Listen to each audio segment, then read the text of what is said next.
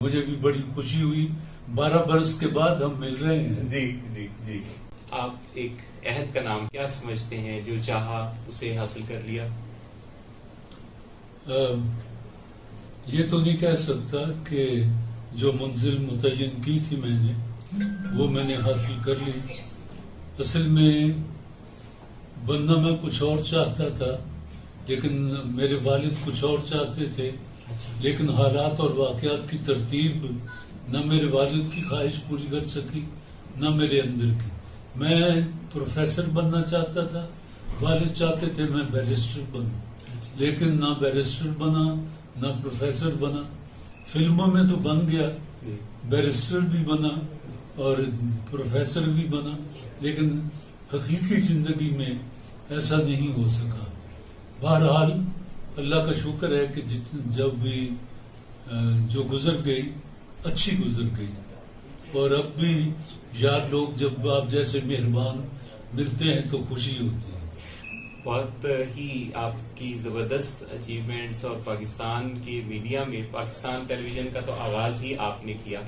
آپ ہی فرمائیے گا کہ آج بھی آپ ٹیلی ویژن کرتے بھی ہیں اور دیکھتے بھی ہیں.